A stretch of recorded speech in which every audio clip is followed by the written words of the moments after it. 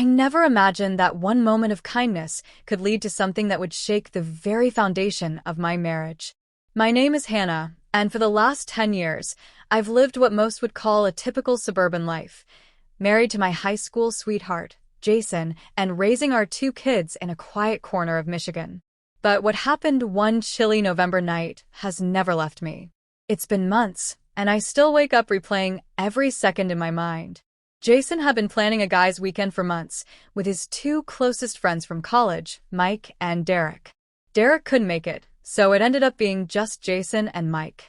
Mike had recently gone through a tough breakup and needed a little escape, so Jason invited him to stay with us for a few days instead of getting a hotel.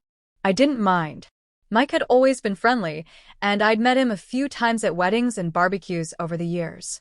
He was charming in a quiet way, tall, with a relaxed smile and eyes that always seemed like they were studying you, reading between the lines.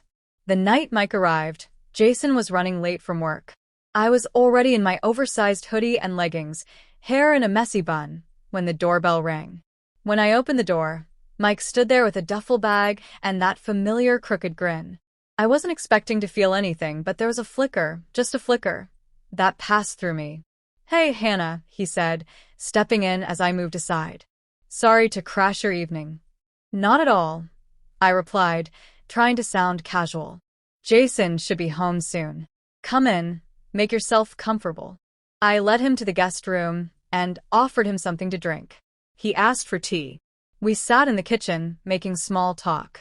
I noticed the way he looked at me. His eyes didn't wander like most men's would, but they were focused, intense, curious. I caught myself laughing more than usual.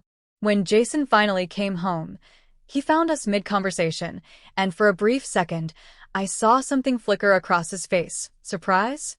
Suspicion? He didn't say anything, though. The next couple of days passed like any normal visit. Jason and Mike watched football, had beers in the basement, grilled burgers. But every time Mike and I crossed paths in the hallway or shared a moment alone in the kitchen, it felt charged. I tried to push it away, telling myself it was just my imagination. It wasn't until the 3rd night that everything changed. Jason had an early shift and left before dawn. I was still in bed when I heard someone knock on the door. Groggy, I slipped out of bed and padded to the living room. It was Mike. He was shirtless, wearing only sweatpants, his hair messy and damp from the shower. He held up a coffee mug and grinned. "I didn't know where the filters were," he said, half apologetic, half smirking. "Figured you might be up." My breath caught, but I nodded, motioning him into the kitchen. As I walked past him, I could feel the heat from his body, too close. I moved quickly, trying to keep things light. "They're in the 2nd drawer," I said, my voice slightly higher than usual. He reached past me, deliberately brushing his arm against mine. I froze. The moment was electric, too heavy to ignore now. When I turned to face him, his expression had changed, no longer casual or friendly, but intense, almost conflicted. "I shouldn't say this," he said slowly, "but I can't stop thinking about you. Since the day I got here." I should have stopped it. I should have told him it was wrong, that he was my husband's friend, that this couldn't happen. But instead, I stood there, paralyzed by the storm of emotions swirling inside me: guilt, excitement, desire, confusion. I managed to whisper, "Mike?" He stepped closer. "I know. It's crazy. You're married. Jason's my friend. But tell me I'm the only one feeling this." My heart pounded in my chest. My hands trembled.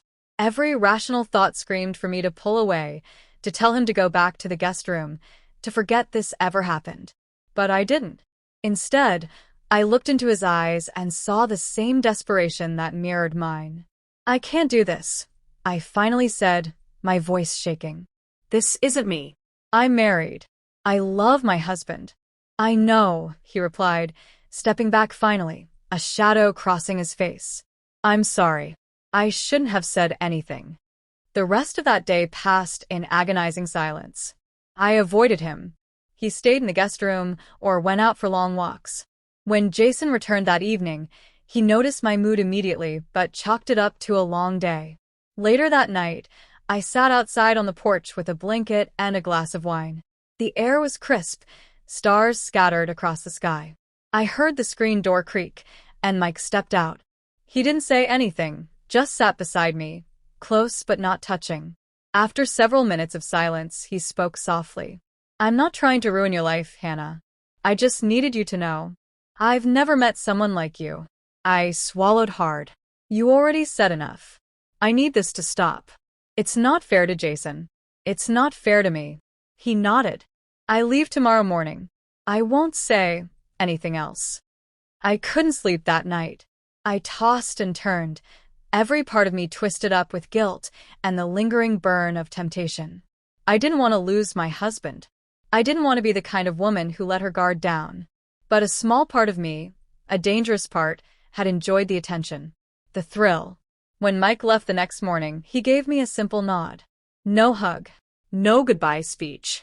Just one last look, a quiet thank you in his eyes. Jason hugged him, completely unaware of what had happened between his wife and best friend in the quiet shadows of their home. Days passed, then weeks. Jason never suspected anything. I tried harder to be present in my marriage, to focus on the life we had built, to silence the whispers that sometimes haunted me at night. But there were moments when I was alone, folding laundry, pouring coffee, lying awake in the early morning hours, when I would feel it all over again. That surge of adrenaline, the conflict, the pull. It never turned into anything physical. It stopped at words, at glances, at the precipice of a choice I didn't make. But the impact of it still lingers. Sometimes, the most dangerous affairs are the ones that never happen. The ones that remain buried under restraint and regret. The ones that leave you wondering what it would have meant if you'd taken just one more step. And now, every time Jason mentions Mike in passing, my stomach knots. I smile, I nod, I laugh along, but a piece of me is still trapped in that quiet kitchen, heart racing, breath stolen, trying to remember who I am and who I want to be.